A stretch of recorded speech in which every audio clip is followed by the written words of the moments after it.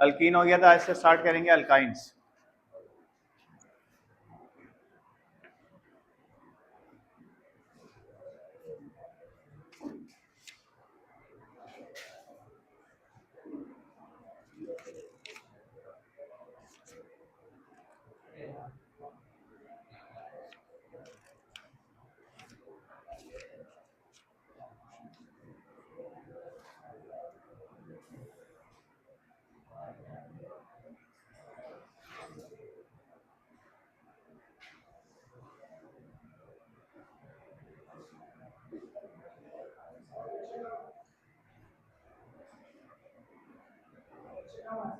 मंडी गए।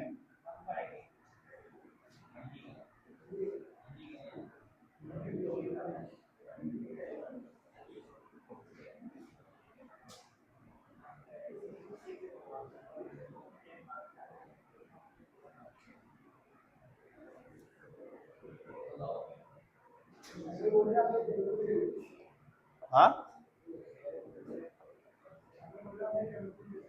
कमिटमेंट क्या? हर संडे को? ऐसी कमिटमेंट तो मैंने कभी नहीं करी। किसी बात पे बोलो, कोई पूरी बात बताएं, आधी बात ना बताएं।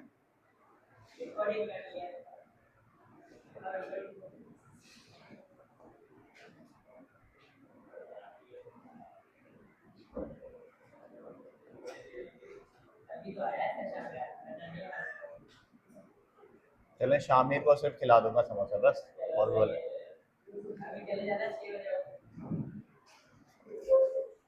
आपके लिए मंगवा दूं समोसा?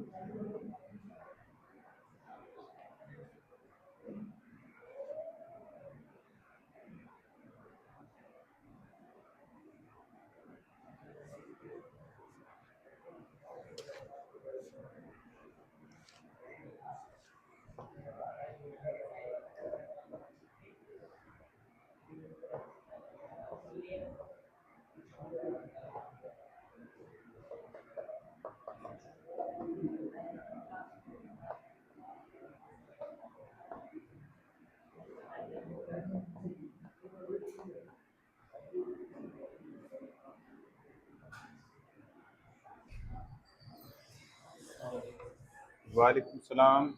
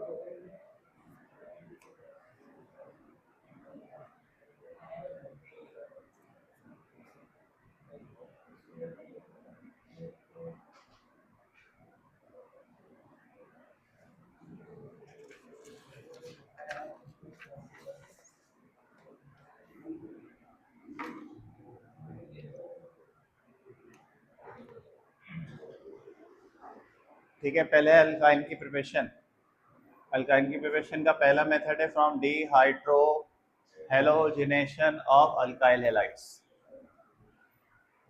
ये अल्काइल हेलाइड है जिसको हम कह सकते हैं वेसिनल डाई हेलाइड। वेसिनल का मतलब क्या होता है? एडजेसेंट पोजीशन पर एक जैसा ग्रुप होता है। एडजेसेंट जैसे 1 2, तो इसको बोलते हैं वेसिनल डाइहैलाइड। अब यहाँ पे डीहाइड्रोहेलोजिनेशन 2 दफा होगी। 2 दफा किस तरह होगी? एक दफा पहले यहाँ से निकलेगा H, इस पे से निकलेगा Cl, और ये वाला बॉन्ड शिफ्ट हो जाएगा यहाँ पे। जहाँ पहले सिंगल बॉन्ड था अब बन जाएगा डबल बॉन्ड। फिर इसी तरीके से दूसरी दफा यहाँ से निकलेगा हेलोजन, यहाँ से निकलेगा H, ये वाला बॉन्ड यहाँ शिफ्ट हो जाएगा। इसका मतलब अब बन जाएगा यहाँ पे कौन सा बॉन्ड? Triple bond. जो यहाँ से Cl निकलेंगे वो K के साथ KCl बना लेंगे, जो H निकलेंगे वो OH के साथ वाटर बना लेंगे। तो पहले स्टेप में डबल बॉन्ड बनता है, फिर ट्रिपल बॉन्ड बनता है। 2 दफा डीहाइड्रोहेलोजिनेशन होती है इसमें। जो हमने कल अल्कीन की प्रिपरेशन पढ़ी थी उसमें हेलोजन एक ही था, होता सिंपल अल्काइल हेलाइड। इस वजह से वहां पर भी यही नाम था। क्या नाम था? लेकिन वो अल्काइल हेलाइड था, सिंपल अल्काइल हेलाइड। अब बजाय इसके आप अल्काइल हेलाइड के आप इसको वेसिनल लिखें, क्योंकि सिंपल अल्काइल हेलाइड में तो एक हेलोजन होता है और उससे बनता है अल्कीन। ये अल्काइन जब भी बनेगा जब वो वेसिनल होगा, 1 2 पोजीशन पे 2 हेलोजन कम से कम होंगे। तो वेसिनल डाइहैलाइड की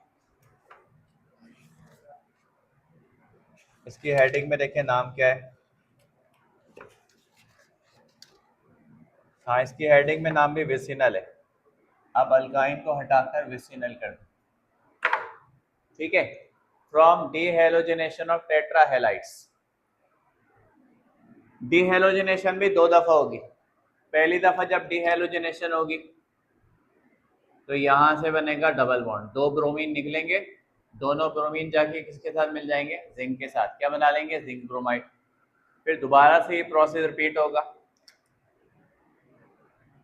फिर ब्रोमीन निकलेंगे, ये बॉन्ड यहाँ शिफ्ट हो जाएगा, पहले बनेगा डबल बॉन्ड, बाद में बन जाएगा ट्रिपल बॉन्ड, और जो जिंक निकलेगा वो किसके साथ मिल जाएगा? ब्रोमीन के साथ। तो अब इसको मेथड को आप ऐसे याद रखें कि अल्काइन बनाने के लिए 2 प्रोसेस इन्वॉल्व हैं। या तो अल्काइन बनता है डीहाइड्रोहेलोजिनेशन ऑफ वेसिनल डाइहैलाइड्स की, या तो डीहाइड्रोजनेशन ऑफ टेट्राहेलाइड। लेकिन दोनों के दोनों प्रोसेस 2 स्टेप में होते हैं। पहले स्टेप में सिंगल बॉन्ड से डबल बॉन्ड बनता है, फिर डबल बॉन्ड से ट्रिपल बॉन्ड बनता है। रिएक्टिविटी में भी ऐसा ही होगा। जैसे पहले यहाँ कौन सा बॉन्ड है? तो अगर हाइड्रोजनेशन होगी तो पहले निकल कैटालिस्ट इस्तेमाल करेंगे, टेम्परेचर 200। पहले स्टेप में अल्केन नहीं बनेगा, पहले स्टेप में बनेगा अल्कीन। फिर अल्कीन से दोबारा दूसरे स्टेप में क्या बन जाएगा? अल्केन। तो कितनी स्टेप में प्रोसेस हुआ? 2 स्टेप में। हेलोजिनेशन भी 2 स्टेप में होगी। हेलोजिनेशन भी 2 स्टेप में होगी। पहले स्टेप में 2 हेलोजन आ जाएंगे, 2 हेलोजन, जैसे 1 2 डाई क्लोरो इथीन बन गया पहले स्टेप में। दूसरे स्टेप में 2 हेलोजन और आ जाएंगे। जब 2 हेलोजन और आ जाएंगे तो फिर बन जाएगा टेट्रा क्लोरो अल्केन। 2 दफा है हाइड्रोजनेशन भी 2 दफा हुई, हेलोजनेशन भी 2 दफा हुई। हाइड्रोहेलोजनेशन भी 2 दफा होगी। हाइड्रोहेलोजनेशन में किससे रिएक्शन करवा रहे हैं? सपोज करें HCl के साथ,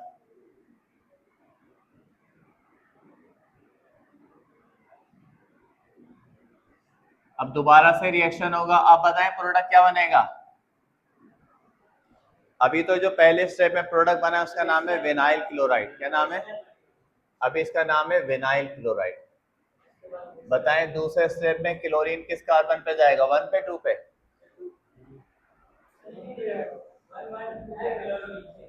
1 डाइक्लोरोथेन। आप बताएं 2 पे जाएगा। कौन सा रूल फॉलो होगा? मार्कोनी गॉस के हिसाब से क्लोरीन 1 पर जाएगा, क्योंकि हमने कल डिस्कस किया था जब अनसिमेट्रिकल अल्कीन के ऊपर हाइड्रोजन हैलाइड ऐड होता है तो नेगेटिव ग्रुप उस कार्बन पे जाएगा जिस पे लीस्ट हाइड्रोजन है। लीस्ट हाइड्रोजन किस पर है? 1 पर।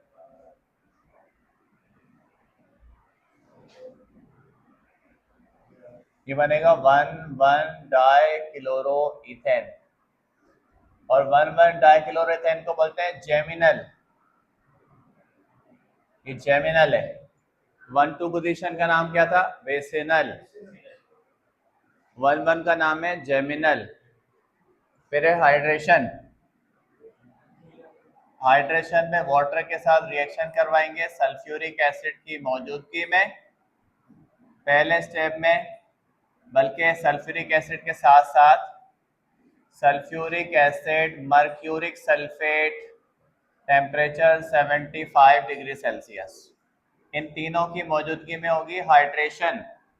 एक कार्बन पर H ऐड हो जाएगा, दूसरे पर OH, और ये बना लेगा ये कंपाउंड। इस कंपाउंड का नाम है विनाइल अल्कोहल। जैसे इसका नाम क्या था? Vinyl chloride. दोनों में फर्क क्या है? विनाइल ग्रुप किसको बोलते हैं? जब इथीन में से एक हाइड्रोजन निकल जाए, अगर इथीन में से एक हाइड्रोजन निकाल दें, इथीन क्या था? C2H4, तो फिर उसको विनाइल बोलते हैं। जैसे मैं इधर से इसको हटा दूं, इस ग्रुप का नाम विनाइल है। अब इसके साथ आप क्लोरीन लगा दें तो विनाइल क्लोराइड, इसके साथ OH लगा दें तो विनाइल अल्कोहल, इसके साथ साइनाइड लगा दें तो विनाइल साइनाइड। अभी बन चुका है विनाइल अल्कोहल। लेकिन विनाइल अल्कोहल जो है ना वो अनस्टेबल इंटरमीडिएट है। पहली बात ये अनस्टेबल है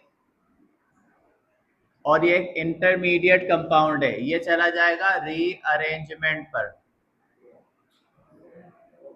ये क्या करेगा? रीअरेंजमेंट। रीअरेंजमेंट में क्या होता है कि एटम जो है ना अपनी जगह, वही एटम अपनी जगह चेंज कर लेते हैं। तो कैसे रीअरेंजमेंट होगी? यहां से H चला जाएगा इस कार्बन के पास, ठीक है, और डबल बॉन्ड आ जाएगा यहाँ पर। तो अभी जहां सिंगल बॉन्ड था कार्बन ऑक्सीजन के बीच में,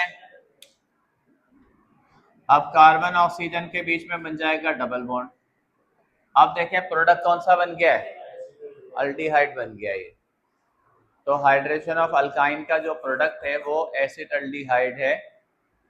फाइनल प्रोडक्ट इंटरमीडिएट क्या है? Vinyl alcohol. बताएं कैसे कीटोन बन सकता है? क्या इस हाइड्रेशन से अगर इथाइन से बड़ी चेन होगी प्रोपाइन ब्यूटाइन तो फिर वो कीटोन ही बनाएगा। सही। ओजोनोलाइसिस। ओजोनोलाइसिस में हम इसका ओजोन से रिएक्शन करवाएंगे। पहले एक इंटरमीडिएट बना लेगा, उस इंटरमीडिएट का नाम है ओजोनाइट। ओजोनाइट पहले बना लेगा ओजोनाइट। उसके बाद ये होगा रीअरेंज, और रीअरेंज पे बना लेगा ये वाला कंपाउंड। इस कंपाउंड का नाम है गिलायऑक्सेल 1,2 इथेन डायअल। 1,2 इथेन डायअल या H2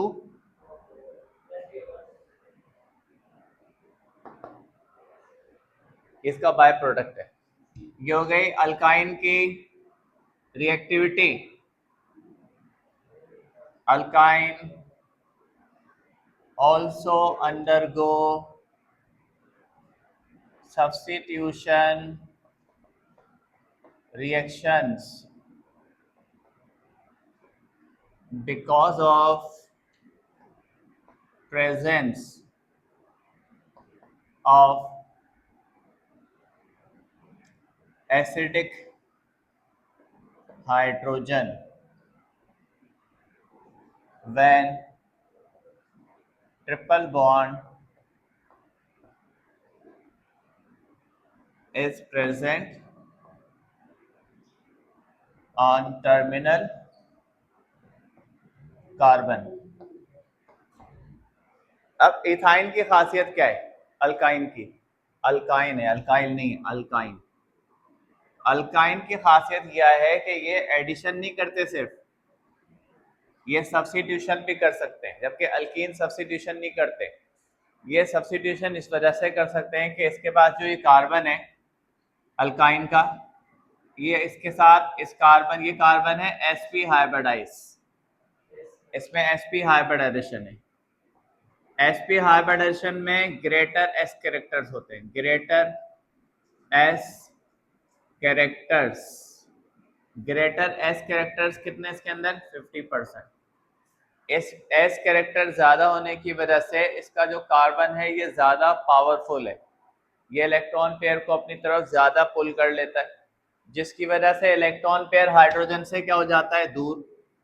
जब इलेक्ट्रॉन पेयर हाइड्रोजन से दूर हो जाता है तो हाइड्रोजन पे चार्ज कौन सा आने लगता है, पॉजिटिव।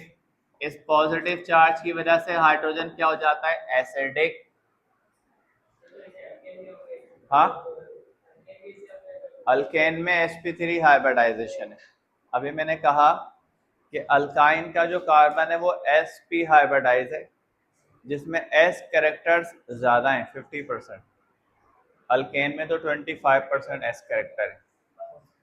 इस वजह से इसका जो कार्बन है ये ज्यादा पावरफुल है, ये इलेक्ट्रॉन पेयर को अपनी तरफ ज्यादा खींच लेता है, जिसकी वजह से इलेक्ट्रॉन पेयर कार्बन की तरफ चला जाता है, हाइड्रोजन से दूर हो जाता है, और इस वजह से हाइड्रोजन पर आ जाता है पॉजिटिव चार्ज, और नेचर के हिसाब से हाइड्रोजन क्या हो जाता है, एसिडिक। अब ये एसिडिक हाइड्रोजन को हम रिप्लेस कर सकते हैं मेटल्स के साथ, जैसे with sodium metal. Sodium metal के साथ अगर हम इथाइन का रिएक्शन करवाते हैं तो पहले स्टेप में सोडियम मेटल एक हाइड्रोजन को रिप्लेस कर देगा और बना लेगा मोनोसोडियम एसिटिलेट। यहाँ से H निकल के एक सोडियम आ गया, इसका नाम है मोनोसोडियम एसिटिलेट। फिर अगर मैं दोबारा से इसका रिएक्शन करवा दूं सोडियम के साथ, तो सोडियम दूसरे वाले हाइड्रोजन को भी रिप्लेस कर देगा और अब बना देगा डाई सोडियम एसिटिलेट। अब हमें कैसे पता चलेगा कि एडिशन नहीं बल्कि सब्स्टिट्यूशन रिएक्शन है, क्योंकि इसमें इसके ट्रिपल बॉन्ड पर कोई फर्क नहीं पड़ा। अगर एडिशन होता तो एडिशन का मतलब है कि ट्रिपल बॉन्ड या तो डबल में या तो सिंगल में चेंज होता, तो पाई बॉन्ड तो इसका टूटा ही नहीं है, इसका मतलब है इसमें एडिशन नहीं हो रहा, जो H पहले से मौजूद है वो रिप्लेस हो रहे हैं, इसलिए इसको क्या बोल रहे हैं, सब्स्टिट्यूशन।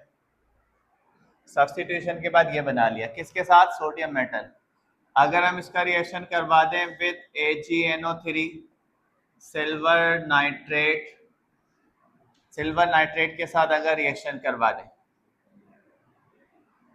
तो सिल्वर नाइट्रेट में से जो सिल्वर है ये भी किसको रिप्लेस कर देगा, हाइड्रोजन को, और ये बना लेगा सिल्वर एसिटिलेट। ये बना लेगा सिल्वर एसिटिलेट। सिल्वर एसिटिलेट का कलर कैसा होता है, वाइट। ये वाइट कलर का सॉलिड है। सिल्वर एसिटिलेट का कलर कैसा होता है, वाइट। हम इसका रिएक्शन चाहें तो विद कॉपर क्लोराइड भी करवा सकते हैं, copper chloride in the presence of ammonia. इस रिएक्शन के नतीजे में बना लेगा कॉपर एसिटिलेट। कॉपर एसिटिलेट, कॉपर एसिटिलेट का कलर कैसा होता है, ये रेड कलर का सॉलिड है। कॉपर एसिटिलेट रेड कलर का सॉलिड है, सिल्वर एसिटिलेट व्हाइट कलर का सॉलिड है। इस रिएक्शन को क्या नाम देते हैं, सब्स्टिट्यूशन। तो अल्काइन में सब्स्टिट्यूशन रिएक्शन भी पॉसिबल है, एडिशन तो करता है, साथ ही साथ ये सब्स्टिट्यूशन रिएक्शन भी करता है।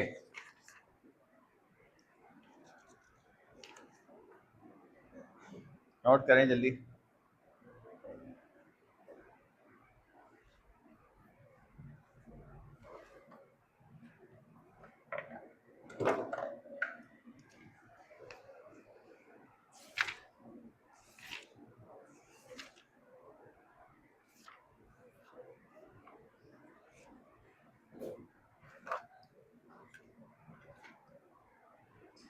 मिटा दूं?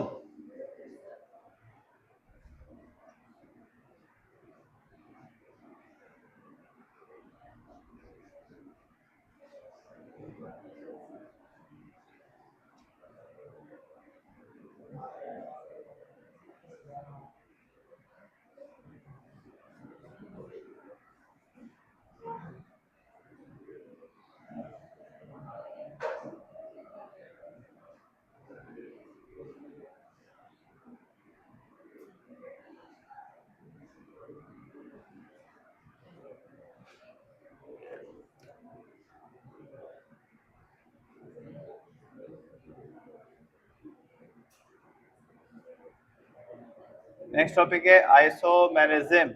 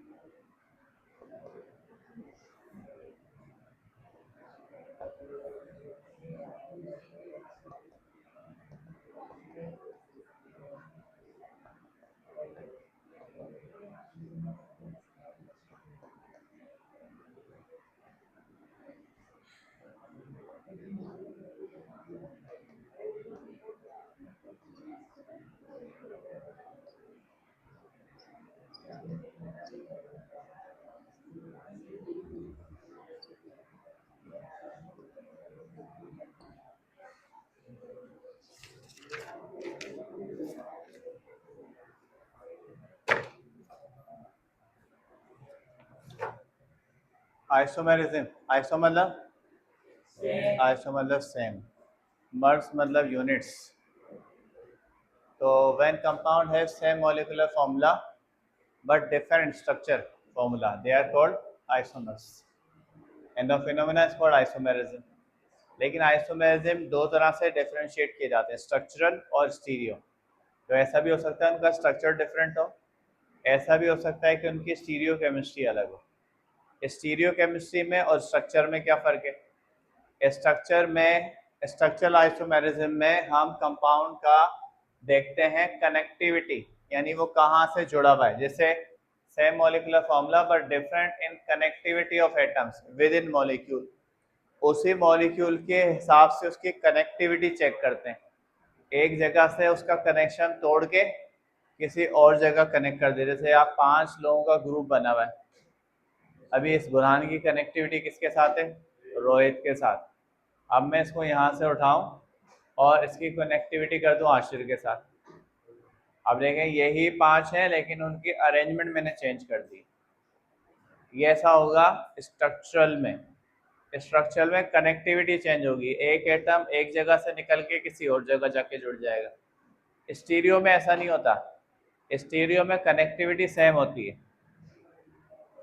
स्पेशल अरेंजमेंट कहते हैं अरेंजमेंट इन स्पेस, कि 3 डायमेंशनली जब उसको स्पेस में उसकी अरेंजमेंट देखेंगे वो चेंज होगी, कनेक्टिविटी उसी के साथ ही होगी, तो उसको हम नाम देंगे स्टीरियो आइसोमेरिज्म। तो अभी हम पहले किसको डिस्कस कर रहे हैं? स्ट्रक्चरल की 4 टाइप्स है, chain isomerism, position isomerism, functional group और मेटामेरिज्म। चेन आइसोमेरिज्म का मतलब है कि मॉलिक्यूलर फॉर्मूला सेम रहेगा, स्केलेटल चेंज हो जाएगा। स्केलेटल भी कह सकते हैं, चेन भी कह सकते हैं। जैसे C4H10 है, इसको लिखने के 2 तरीके हैं। चारों कार्बन को एक ही लाइन में लिख दें, स्ट्रेट चेन, नॉर्मल ब्यूटेन। 4 में से एक को हटा के ब्रांच में लगा दें, आइसोब्यूटेन। इसका स्केलेटल कैसा है? स्ट्रेट। इसके स्केलेटल में क्या मौजूद है? ब्रांच। दोनों डिफरेंट है और दोनों की कनेक्टिविटी में फर्क आ गया। देखें एक कार्बन कॉर्नर से हटा के हमने सेंट्रल कार्बन के साथ जोड़ दिए। यहाँ देखें C5H12, इसमें कार्बन है 5, या तो पांचों कार्बन मैंने स्ट्रेट लाइन में लिखे हुए तो मैंने उसको कहा ये नॉर्मल है। फिर मैंने एक कार्बन हटा के यहाँ से ब्रांच में लगा दिया, आइसो हो गया। फिर एक और कार्बन लगा के दोबारा से ब्रांच में लगा दिया, नियो हो गया। यानी कनेक्टिविटी चेंज कर दी। इस कनेक्टिविटी चेंज करने के नतीजे में जो आइसोमेरिज्म बनेगा वो क्या कहलाएगा? Chain isomer. चेन आइसोमर इसको कह रहे हैं, ठीक है। उसके बाद है पोजीशन, इसमें मॉलिक्यूलर फॉर्मूला सेम रहता है, अब वो उसकी पोजीशन चेंज हो जाती है। मॉलिक्यूलर फॉर्मूला सेम रहेगा, फंक्शनल ग्रुप अपनी पोजीशन चेंज कर लेगा। Different position of same functional group, वही फंक्शनल ग्रुप अपनी पोजीशन चेंज कर लेगा। यहाँ पर क्लोरीन किस कार्बन से जुड़ा हुआ था? 1 से। यहाँ किससे जुड़ा हुआ है? 2 से। कनेक्टिविटी चेंज हो गई। पहले वाला था 1 क्लोरोप्रोपेन, दूसरा है 2 क्लोरोप्रोपेन। यहाँ डबल बॉन्ड 1 कार्बन पे था, यहाँ डबल बॉन्ड 2 कार्बन पे आ गया, तो डबल बॉन्ड की कनेक्टिविटी चेंज हो गई, यानी पोजीशन। तो जहां पोजीशन चेंज हो जाएगी फंक्शनल ग्रुप की तो हम उसका नाम देंगे पोजीशन आइसोमेरिज्म। तीसरी टाइप वो है जिसमें फंक्शनल ग्रुप ही चेंज हो जाएगा। जैसे यहाँ पर same molecular formula different final group. किस तरह? C3H6 को अगर ऐसे लिखें तो फाइनल ग्रुप कौन सा है? कीटोन। इसी को टर्मिनल कार्बन पे लिखने तो कौन सा? एल्डिहाइड। दोनों के अंदर डिफरेंस किसका आया? फंक्शनल ग्रुप का। And the last one metamers, इसमें मॉलिक्यूलर फॉर्मूला भी सेम रहता है, इसमें फंक्शनल ग्रुप भी सेम रहता है। इसमें जो अल्काइल ग्रुप अटैच होते हैं फंक्शनल ग्रुप से वो चेंज हो जाते हैं। इसमें फंक्शनल ग्रुप्स के साथ जो अल्काइल ग्रुप कैसे चेंज हो जाते हैं? पहले फंक्शनल ग्रुप कौन सा था? ऑक्सीजन। अभी भी कौन सा है? ऑक्सीजन के दोनों तरफ कितने कितने कार्बन थे? 2-2, यानी दोनों तरफ इथाइल था। दूसरे स्ट्रक्चर में एक तरफ कितने कार्बन हो गए? एक तरफ 3 हो गए, एक तरफ 1 हो गया, अभी भी वही 4 कार्बन है। सही है। अब जैसे समझे इस स्ट्रक्चर के हिसाब से ये जो है शामिल ऑक्सीजन है, और ऑक्सीजन के इस तरफ आप दोनों इथाइल और वो भी इथाइल। अब ये सेंटर में दोनों तरफ इथाइल ग्रुप जुड़े हुए। अब मैं क्या करूँ, बुरहान को उठा के इसके कॉर्नर पे इस तरफ भेज दूँ। अब इस पर कोई फर्क पड़ा? फंक्शनल ग्रुप अपनी जगह मौजूद है, उसके साथ वाला अल्काइल ग्रुप ने अपनी जगह चेंज कर ली। इसको नाम देंगे मेटामर्स। मेटामर्स में फंक्शनल ग्रुप सेम रहता है। जैसे मैं आपको एग्जांपल देता हूँ, आप बताइए कि ये जो आइसोमर की मैंने एग्जांपल दी है, ये मैंने 2 आइसोमर्स लिखे हुए हैं, बताइए कौन से आइसोमर्स है?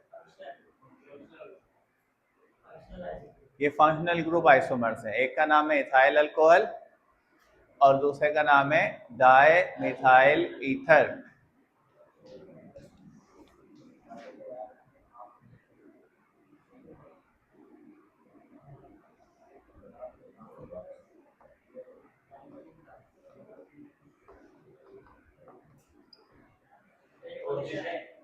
Position isomers, functional group same है, उसकी पोजीशन चेंज हो गई।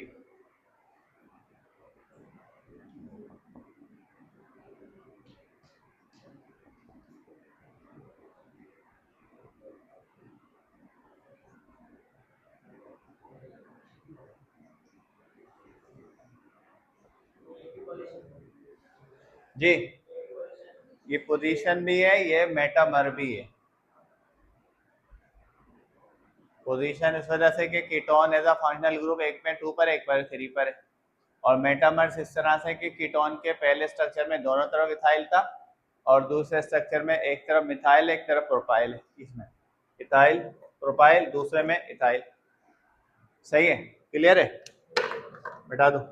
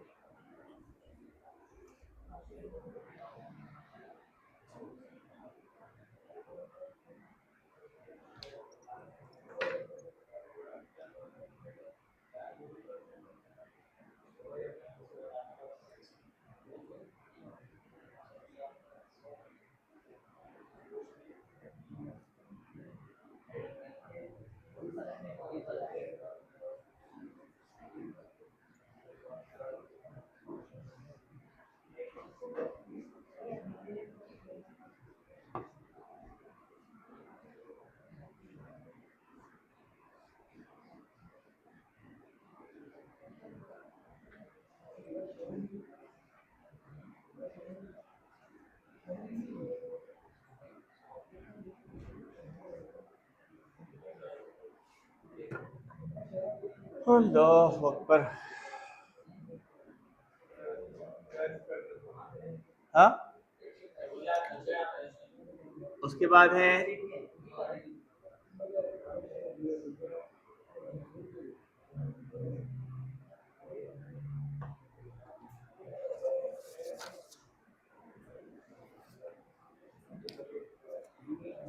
रोहित।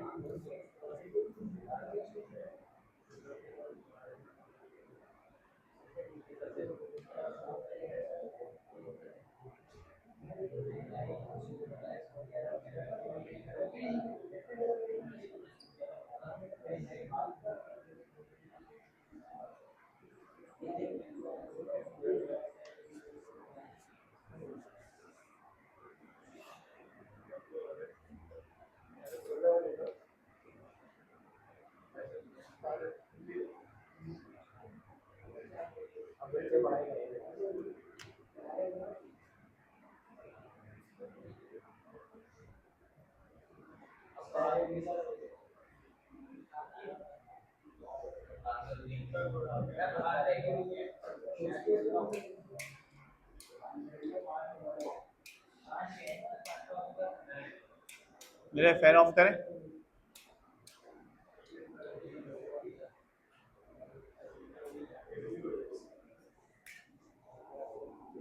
आप पांचों आगे आ जाए। आगे तो आए, अभी 4 की चेयर भी पूरी कर देंगे। आगे आ जाए, पांचों आगे आ जाए। पांचों में आप 5 आते हैं बेटा।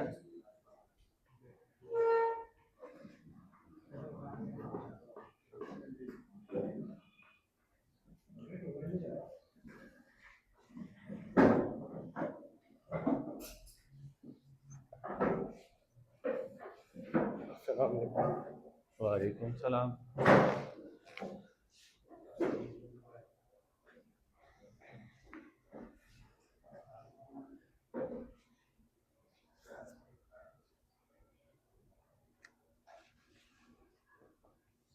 फैन ऑफ रखें।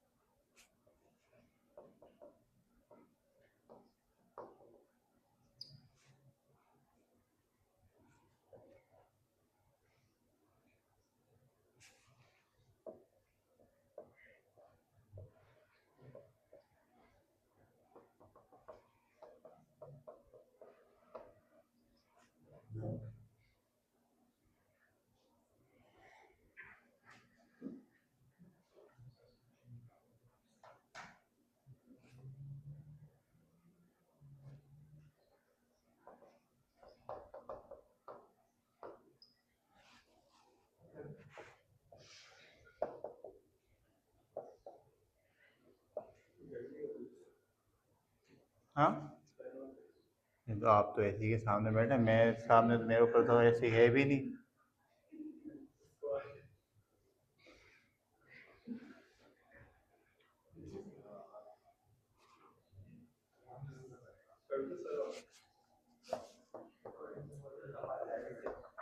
आपको घर में लगे, आप थोड़ी देर खड़े हो जाए इसके सामने है। वो क्या फूके मारेगा आपके मुंह के ऊपर, जब उसके पास जाके बैठ गए। आप पीछे चले जाए। Rohit, Rohit,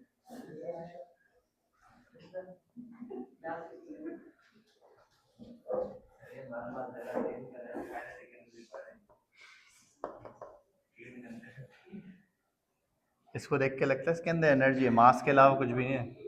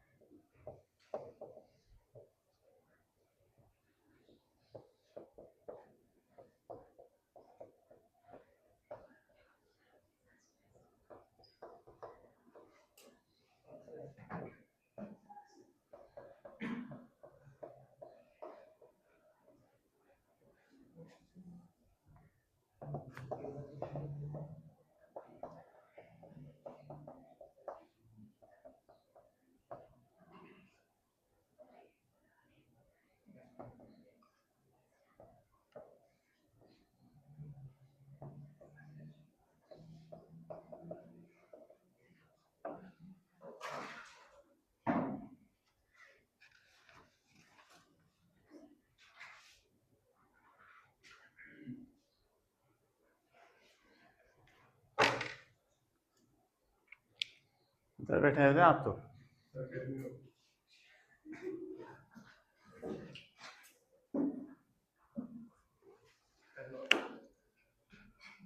A chiral center is formed when a carbon atom is bonded to 4 different groups. ठीक है, chiral का मतलब है कि ऐसा कार्बन जिसके चारों ग्रुप डिफरेंट हो, यानी जिसमें कार्बन की वैलेंसी 4 अलग अलग ग्रुप से सेटिस्फाई हो, तो उसको बोलते हैं कायरल। जिसे आप बताएं बुरहान, इसको हम कायरल मॉलिक्यूल कह सकते हैं क्या? क्यों डिफरेंट लगे हुए? फिर तो कायरल होना चाहिए। कायरल की डेफिनेशन तो यही है, डिफरेंट होने चाहिए, दो तरफ डिफरेंट, तीसरा ग्रुप सेम हो रहा है। ये देखें, ये सेम है, ग्रुप सेम नहीं होना चाहिए। अगर इसमें से एक ग्रुप और चेंज हो जाए, मिसाल के तौर पे एक कार्बोक्सिल आ जाए, अब ये कायरल है, तो ऐसा कार्बन जिसके चारों ग्रुप डिफरेंट होंगे उसको कहेंगे कायरल कार्बन और कायरल सेंटर। पहले इसमें टर्म है कायरल। कायरलिटी का मतलब ये ऐसा स्ट्रक्चर जिसमें कोई सा भी कम से कम एक कार्बन ऐसा हो जिसकी चारों वैलेंसी डिफरेंट हो, मतलब 4 अलग अलग ग्रुप से सेटिस्फाई हो।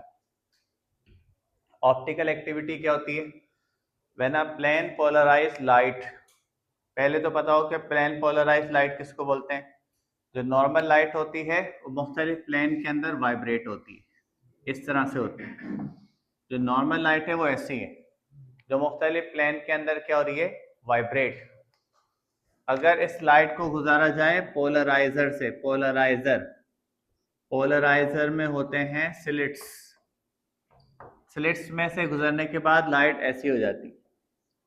अब ये एक ही प्लेन में वाइब्रेट कर रही है, ऐसी लाइट को नाम देते हैं प्लेन पोलराइज लाइट, जो एक ही प्लेन में वाइब्रेट करेगी। तो पहले हम लाइट को, नॉर्मल लाइट को प्लेन पोलराइज लाइट में चेंज करेंगे। When plane polarized light is passed through a solution of organic compound that contain chiral carbon, एक ऐसे सॉल्यूशन में से गुजारेंगे जिसमें ऐसा कोई कंपाउंड होगा जिसमें कम से कम एक कायरल कार्बन होगा। जैसे इसके सॉल्यूशन में से गुजार दें, जैसे इसके सॉल्यूशन में से गुजार दें, इसका नाम क्या है? इस कंपाउंड का नाम है 2-हाइड्रोक्सी प्रोपेनोइक एसिड। 2-हाइड्रोक्सी प्रोपेनोइक एसिड, और वैसे इसका कॉमन नेम है लैक्टिक एसिड।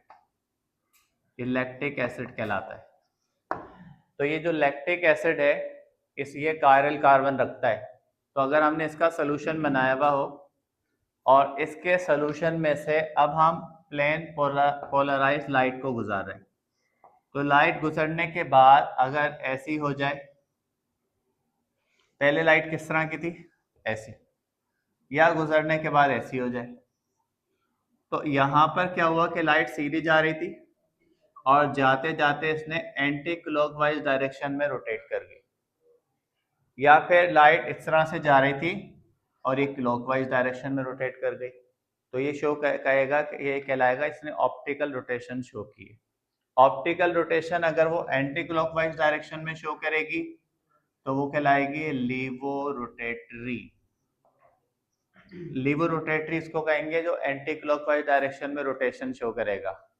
जो क्लॉकवाइज में रोटेशन शो करेगा उसको बोलेंगे डेक्स्ट्रो रोटेटरी। Dextro rotatory. अगर ये किसी भी डायरेक्शन में रोटेशन शो नहीं करता, इसका मतलब कंपाउंड ऑप्टिकली इनएक्टिव है। इसको बोलेंगे कंपाउंड इज ऑप्टिकली इनएक्टिव, मतलब वो लाइट को रिस्पॉन्स नहीं कर रहा। जब वो लाइट को रिस्पॉन्स करेगा तो ही वो ऑप्टिकल एक्टिव कंपाउंड कहलाएगा, और उसकी इस प्रॉपर्टी को ऑप्टिकल एक्टिविटी कहेंगे, और उनके इन दोनों कंपाउंड को ऑप्टिकल आइसोमर्स कहेंगे। जैसे लैक्टिक एसिड है, इसके दो ऑप्टिकल आइसोमर्स हैं, एक होगा डेक्स्ट्रो जिसको डी से शो करेंगे, एक होगा लीवो जिसको एल से शो करेंगे। लीवो के लिए एल इसका नाम के साथ लगा देंगे, जैसे एल लैक्टिक एसिड। डेक्स्ट्रो के लिए लिख देंगे डी लैक्टिक एसिड। इससे पता चल जाएगा कि दोनों की ऑप्टिकल रोटेशन में फर्क है। अटैचमेंट में फर्क नहीं होगा क्योंकि स्टीरियो आइसोमर्स है। स्टीरियो आइसोमर्स में अटैचमेंट सेम रहेगी, चाहे वो डेक्स्ट्रो हो चाहे वो लीवो हो, उसमें जो स्पेस में उसकी ओरिएंटेशन है उसमें फर्क है, और इसी को नाम देंगे ऑप्टिकल एक्टिविटी या ऑप्टिकल आइसोमर्स। ठीक है, नेक्स्ट हम करेंगे ज्योमेट्रिकल आइसोमर्स। ज्योमेट्रिकल आइसोमर्स, बेटा इनको सबको तस्वीर भेज दीजिएगा। हाँ, क्योंकि इसमें कायरलिटी है। कायरलिटी का मतलब है कि अरेंजमेंट इसके इस एटम की ऐसी है कि जिसमें लाइट रोटेशन शो करती है इन डिफरेंट ग्रुप्स की वजह से। इसी को तो हम स्टीरियो केमिस्ट्री कह रहे हैं इसकी, कि इसकी अरेंजमेंट ऐसी है कि लाइट या तो क्लॉकवाइज या तो एंटी क्लॉकवाइज किसी भी डायरेक्शन में रोटेट हो जाती है। एलिमेंट सेम है, स्पेशल अरेंजमेंट में फर्क है। अरेंजमेंट इन स्पेस, ये जो दो आइसोमर्स इसके बनेंगे, इसकी स्पेस में अरेंजमेंट दोनों की अलग है। इसी बेस पर एक डेक्स्ट्रो एक लीवो है, कहीं किसी में डायरेक्शन क्लॉकवाइज हो जाएगी, किसी में एंटी क्लॉकवाइज हो जाएगी। ठीक है, और अगर दोनों का इक्वोमोलर मिक्सचर ले लें, इक्वोमोलर मतलब बराबर, दोनों सॉल्यूशन, जैसे आपको पता चल जाए कि डेक्स्ट्रो आइसोमर है, ये लीवो है, और दोनों को इक्वल क्वांटिटी में सॉल्यूशन बना के मिक्स कर लें, अब वो सॉल्यूशन ऑप्टिकली इनएक्टिव होगा। क्यों इनएक्टिव हो जाएगा? दोनों की कैंसिलेशन हो जाएगी। उसको बोलते हैं रेसिमिक मिक्सचर। क्या बोलते हैं? रेसिमिक मिक्सचर कहलाता है वो। रेसिमिक मिक्सचर का मतलब है कि इसमें दो ये इक्वोमोलर मिक्सचर है दोनों आइसोमर्स का, और ये हमेशा ऑप्टिकली इनएक्टिव होगा। मिटा दो, वो उसने ले ली परवेश ने।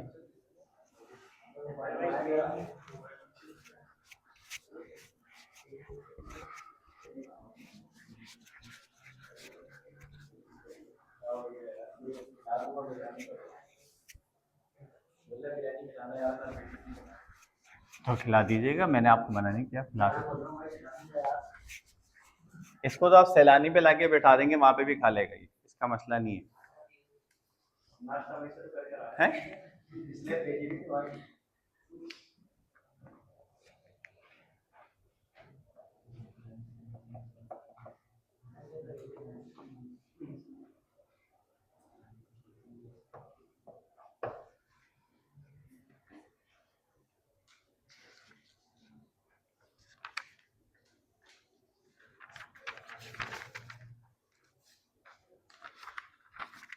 ज्योमेट्रिकल आइसोमर्स का दूसरा नाम क्या है? Cis and trans isomerism.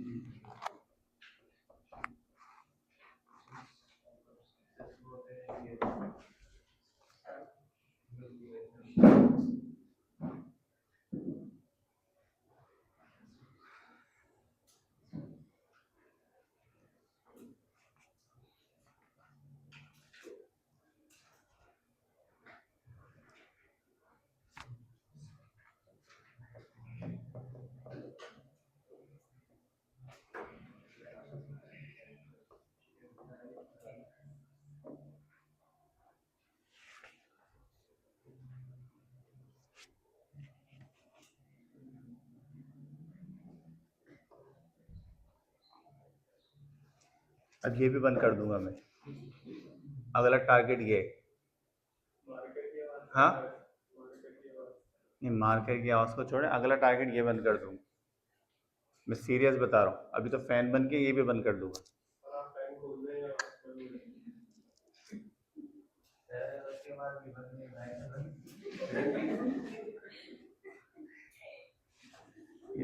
पूरा माइंड बना कर आए।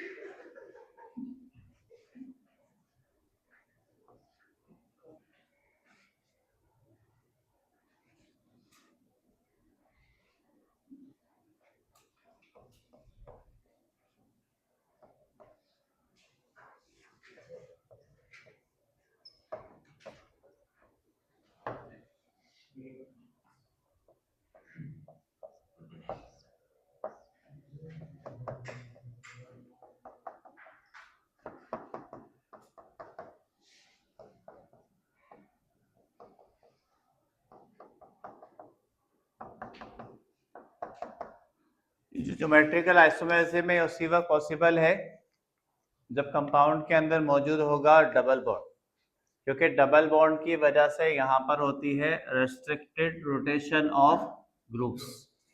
ठीक है, रेस्ट्रिक्टेड रोटेशन से मुराद ये है कि अगर मैंने ये मार्कर की मदद से अपने इन दोनों हाथों को कनेक्ट किया हुआ है, तो अगर मैं चाहूँ तो फ्रीली इन दोनों हाथों को रोटेट कर सकता हूँ। ये रोटेशन हो गई। पहले मेरे दोनों के थंब ऊपर थे, अब मैंने रोटेशन की, एक का थंब नीचे चला गया, एक का थंब ऊपर चला गया, लेकिन यह रोटेशन कौन सी हुई है? Free rotation. अब देखें, मैंने इसको जोड़ दिया दो मार्कर्स की मदद से, इन दोनों हाथों को। अब मैं चाहूं कि ये फ्रीली रोटेट करे, तो ऐसा मुमकिन नहीं है। ये दो लाइन जो हैं या दो मार्कर इसको रोटेशन से रोक रहे हैं, इसको बोलते हैं रेस्ट्रिक्टेड रोटेशन। रेस्ट्रिक्टेड रोटेशन से क्या होता है, क्योंकि सीजो ट्रांस का कॉन्सेप्ट क्या है कि जो डबल बॉन्ड वाले कार्बन है उनके ऊपर जो ग्रुप लगे हुए, अगर जो सेम ग्रुप हैं वो सेम साइड पर है, तो फिर हम इसको बोलते हैं इसका सिस आइसोमर है। और अगर वही सेम ग्रुप जो है इस डबल बॉन्ड के अपोजिट साइड पर आ रहे हैं, तो हम कहेंगे ट्रांस है ये। तो अगर सपोज करें कि डबल बॉन्ड मौजूद होगा, तो जो ग्रुप जिनकी हम बात कर रहे हैं सेम ग्रुप, वो अगर ऐसे ऊपर है दोनों थंब मेरे, तो वो ऊपर ही रहेंगे, नीचे नहीं जा सकते। लेकिन अगर ये अपोजिट होते तो वो अपोजिट ही रहते, ऊपर नहीं आ सकते। लेकिन देखिए अगर इसमें सिंगल बॉन्ड है, ऊपर भी जा सकता है, नीचे भी जा सकता है। तो इस बेस पर ये रोटेशन रेस्ट्रिक्टेड ना होने की वजह से ये ऐसा भी हो सकता है सिस, ऐसे भी हो सकता है ट्रांस। तो ऐसा नहीं हो सकता कि एक ही स्ट्रक्चर सिस भी हो ट्रांस भी हो, या तो वो सिस होगा या तो वो ट्रांस होगा। ऐसा जब ही होगा जब रोटेशन उसकी रेस्ट्रिक्टेड होगी। तो रेस्ट्रिक्टेड रोटेशन कब आ सकती है? जब डबल बॉन्ड। डबल बॉन्ड की वजह, ट्रिपल बॉन्ड में तो ग्रुप होते हैं लीनियर, उसमें तो अपोजिट और सेम साइड पर आ ही नहीं सकते। या तो ये होता है साइक्लिक में, साइक्लिक में भी मुमकिन है। साइक्लिक में भी हो सकता है कि यहाँ पर इसका मिथाइल इस कार्बन का ऊपर है और इसका मिथाइल भी ऊपर है और दोनों के H कहाँ पर है? नीचे। तो हम बोलेंगे सिस है। लेकिन अगर इसमें एक का मिथाइल ऊपर है और H नीचे और दूसरे का H ऊपर है मिथाइल नीचे, इसका मतलब अब ये ट्रांस है, क्योंकि यहाँ पर भी फ्री रोटेशन पॉसिबल नहीं है। साइक्लिक का मतलब है कि कार्बन इस तरह से जुड़े हुए हैं, अगर ये जुड़े हुए तो ऊपर वाला ग्रुप ऊपर ही रह सकता है, अगर उसकी जगह चेंज करनी को तो साइकिल को तोड़ना पड़ेगा। तो इसका मतलब है साइक्लिक में भी रेस्ट्रिक्टेड रोटेशन है। तो सीरो ट्रांस किस में होगा? सिर्फ अल्कीन में और साइक्लो अल्केन के अंदर। और जहां पर इसको पहचानने का तरीका क्या है कि आप डबल बॉन्ड वाले कार्बन को देखेंगे, उसके ऊपर जो ग्रुप लगे हुए सेम ग्रुप, अगर वो जैसे वो सेम साइड पर है तो सिस है। जैसे इसका नाम है सिस 2 ब्यूटीन, कंपाउंड का नाम वही है IUPAC। हाँ, अब जैसे अगर ऐसा स्ट्रक्चर होता, चलें बताएं, अगर ये स्ट्रक्चर ऐसे होता तो अब हम इसको सिस बोलते या ट्रांस?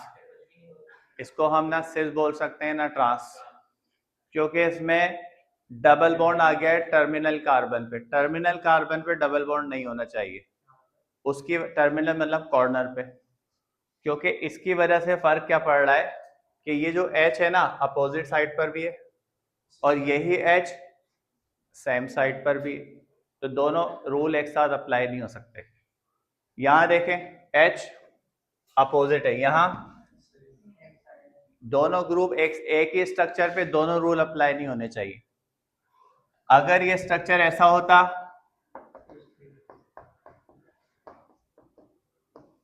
2 मिथाइल 2 ब्यूटीन, अभी भी मुमकिन नहीं है, क्योंकि इसमें मिथाइल ग्रुप जो मौजूद हैं वो सेम साइड पर ही है, अपोजिट साइड पर भी है। तो या तो वो सेम साइड पर होने चाहिए या तो अपोजिट साइड पर होना चाहिए, जब भी वो सीधो ट्रांस आइसोमेरिज्म कहलाएगा, वरना वो सीधो ट्रांस की कैटेगरी से बाहर हो जाएगा। मिटा दूं?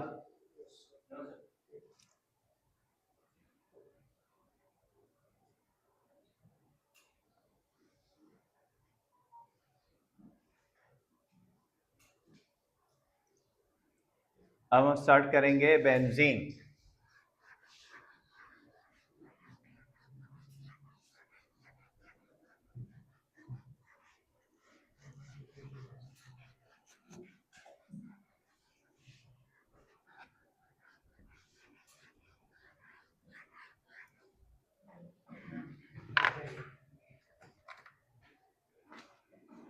बेंजीन को बताएं किसने डिस्कवर किया था? Who discovered benzene? जी,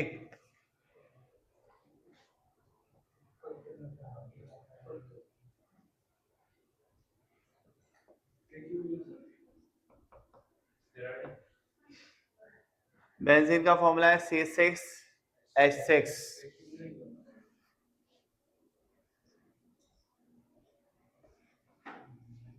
ऐसे भी लिख सकते हैं बेंजीन को रिंग बनाकर, या 3 अल्टरनेटिव डबल बॉन्ड के जरिए से भी शो कर सकते हैं।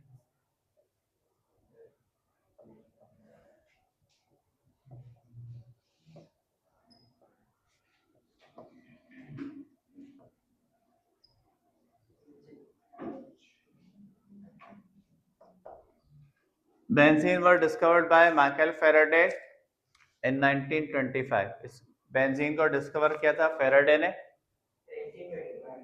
18 सॉरी, और it is isolated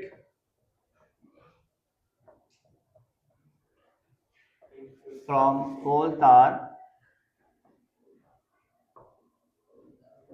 by Hoffman 1845.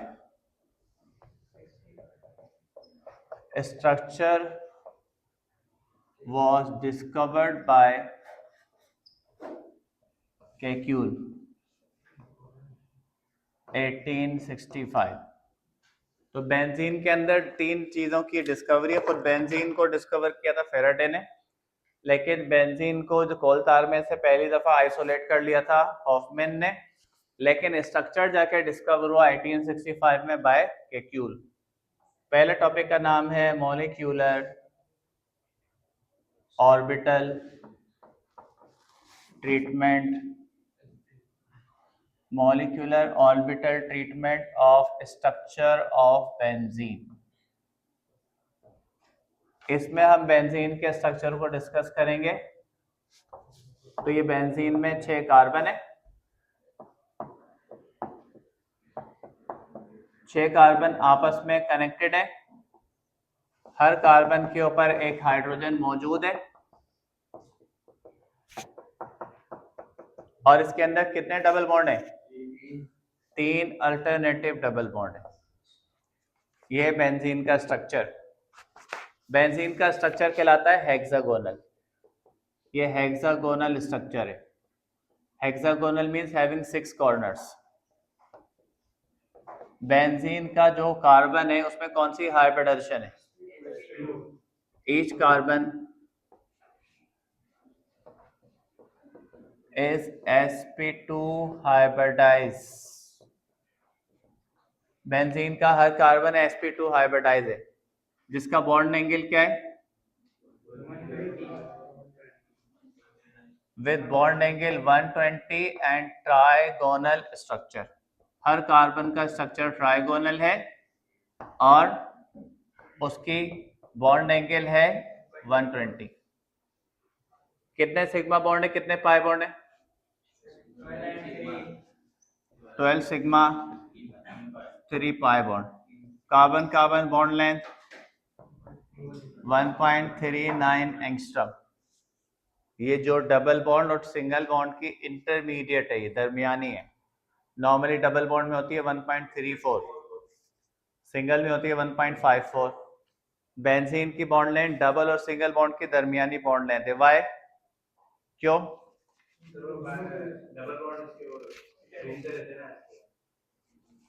सही है। क्या वर्ड उसके लिए इस्तेमाल करें? बेंजीन के जो डबल बॉन्ड है वो डीलोकलाइज्ड है और वो करते हैं रेजोनेंस। डीलोकलाइजेशन का मतलब है अपनी जगह चेंज करते रहते हैं। जैसे अब अभी जो मैंने स्ट्रक्चर बनाया हुआ, इसके डबल बॉन्ड अपनी जगह चेंज करेंगे। ये यहाँ पर आ जाएगा, यहाँ चला जाएगा, यहाँ पर चला जाएगा और इसका दूसरा स्ट्रक्चर बन जाएगा। इस प्रोसेस को नाम देते हैं रेजोनेंस और बोलते हैं डीलोकलाइजेशन ऑफ पाई इलेक्ट्रॉन। तो हम बेंजीन के बारे में लिखेंगे कि बेंजीन एक हाईली अनसैचुरेटेड कंपाउंड है।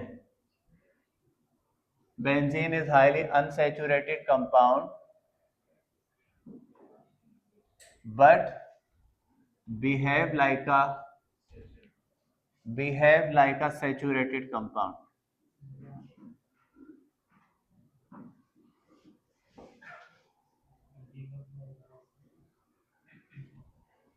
Instead of addition reaction,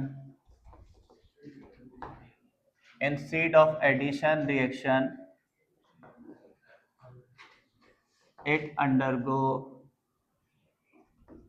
substitution reaction.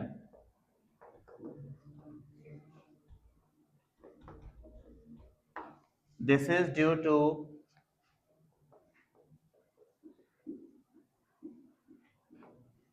delocalization of its pi electrons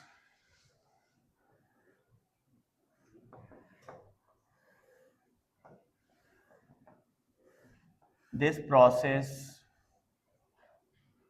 is called resonance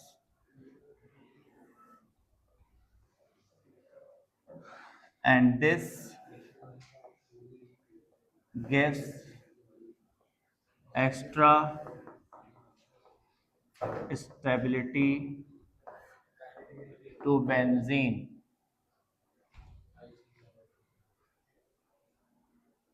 ये जो प्रोसेस बेंजीन में हो रहा है बेंजीन को एक्स्ट्रा स्टेबिलिटी दे रहा है रेजोनेंस का। जैसे कि अब देखें इसकी जो पर है ये रेस्ट की हालत में, इसका मतलब है इस कंडीशन में इसको अप्रोच करना, इसको हाथ लगाना, टच करना मुमकिन है। लेकिन अगर ये वाइब्रेट करना शुरू हो जाए, फैन घूमना शुरू हो जाए, तो फिर हम इसको लोकेट नहीं कर सकते। उसकी वजह क्या होगी? वो मुस्तकिल अपनी जगह चेंज करेगा। तो बेंजीन का जो डबल बॉन्ड है वो भी मुस्तकिल अपनी जगह चेंज कर रहा है, वो स्टेट ऑफ वाइब्रेशन में। इसी वजह से बेंजीन का डबल बॉन्ड स्ट्रांग हो गया है, उसका टूटना मुश्किल हो गया है, और इसी वजह से वो एडिशन नहीं कर रहा, सब्स्टिट्यूशन हो सकती है। जैसे अल्कीन में एडिशन क्यों होता है? उसमें पाई बॉन्ड होता है, वीक बॉन्ड होता है, टूट जाता है, ग्रुप आके ऐड हो सकते हैं। बेंजीन में ऐसा नहीं हो रहा, क्योंकि बेंजीन में double bond state of vibration में। इसी वजह से इसको हमने एक अलग क्लास का नाम दे दिया है, एरोमेटिक कंपाउंड। बेंजीन की एक अलग क्लास है कंपाउंड की, एरोमेटिक्स। एरोमेटिक कंपाउंड इन तमाम कंपाउंड्स को कहते हैं जिनका स्ट्रक्चर बेंजीन से मैच करता है, और इन सब की एक कॉमन प्रॉपर्टी है कि ये एडिशन नहीं करते, सब्स्टिट्यूशन रिएक्शन करते हैं, और इसकी वजह है इनमें मौजूद रेजोनेंस। ठीक है, जो अब हमारा नेक्स्ट टॉपिक है वो है electrophilic substitution reaction of benzene.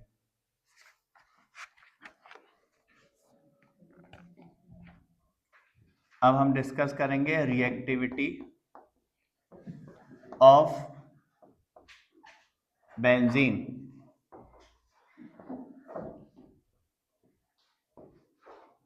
Benzene under rigorous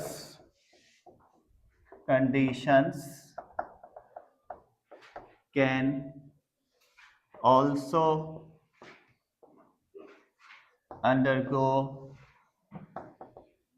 addition reactions। Normal condition में तो बेंजीन एडिशन नहीं करता। रिगोरस का मतलब होता है एक्सट्रीम कंडीशन। जैसे बेंजीन में हम हाइड्रोजनेशन कर सकते हैं, हाइड्रोजनेशन।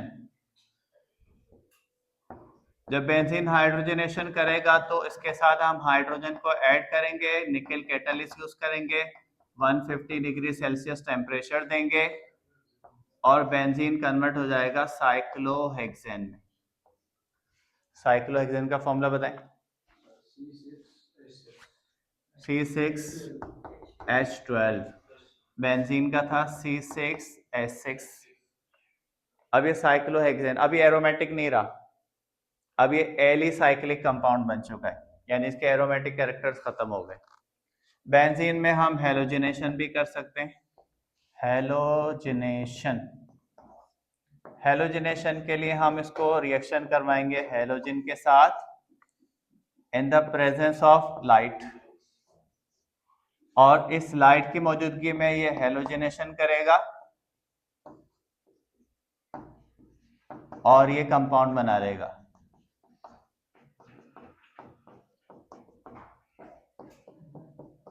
इस कंपाउंड का नाम बताएं क्या होगा? हेक्साक्लोरोसाइक्लोहेक्सेन। हेक्साक्लोरोसाइक्लोहेक्सेन ये एक पेस्टिसाइड है। क्या है? पेस्टिसाइड। क्या होते हैं पेस्टिसाइड? जो फसलों पे स्प्रे किए जाते हैं उनको कीड़ों से बचाने के लिए, उसको बोलते हैं पेस्टिसाइड्स। अब हम करेंगे बेंजीन के इलेक्ट्रोफिलिक सब्स्टिट्यूशन रिएक्शन। मिटा दो उसको।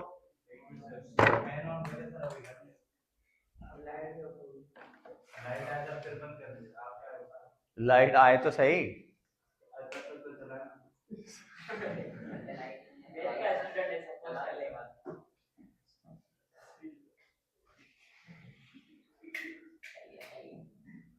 सही है। तो अब आप फील करें कि फैन चल रहे हैं।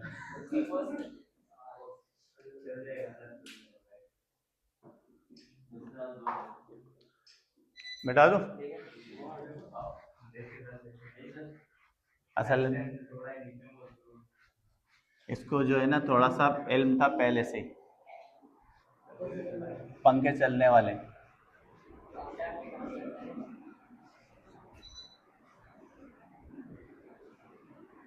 बेटा लाइट आ गई, वापस बंद कर दे।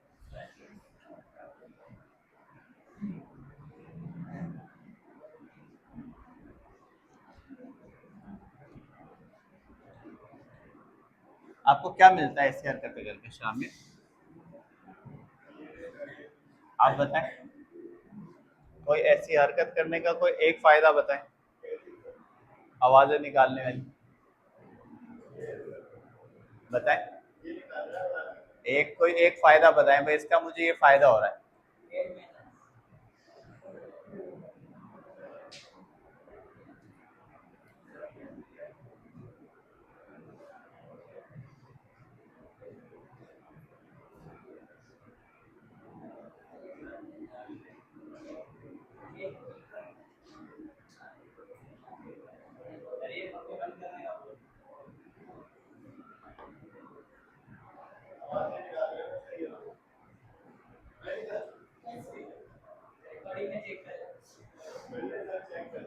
असल में इसका मास इतना ज्यादा है कि इसकी आवाज का पता नहीं चल रहा है।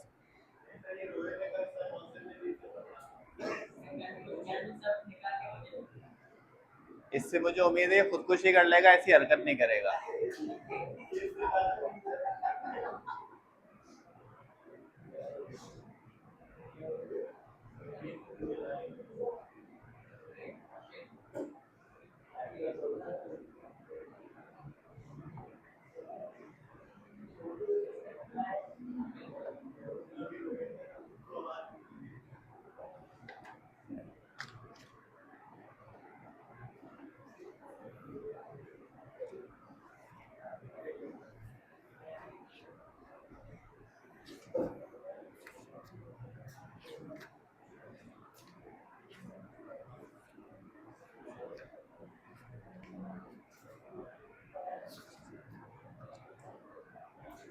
पंद्रह मिनट रह गए,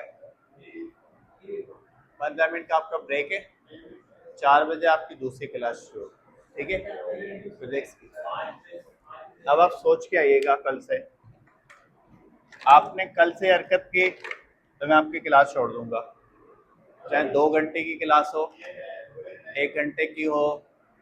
और मेरे लिए इस वक्त टेस्ट देना जरूरी नहीं है, टेस्ट आपको देना है। मैं सिंपली क्लास को छोड़ूंगा, खामोशी जाके ऑफिस में बैठ जाऊंगा। आप गधे की आवाज़ें निकालें, कुत्ते की आवाज़ें निकालें, बिल्लियों की निकालें, जिसकी निकालना चाहे निकालें, फिर मैं क्लास नहीं लूँगा। वो दिन 2 घंटे हो, 1 घंटा आपका वो ज़ाया जाएगा। तो मैं आपको वार्न कर रहा हूँ, ठीक है। या तो आप जो कल्प्रेट है उसको पकड़ेंगे, फिर यही गंद है, क्लास की गंद, तो उसको हम निकाल देंगे। तो बस फिर मैं क्लास छोड़ दूँगा। अगर गर्ल्स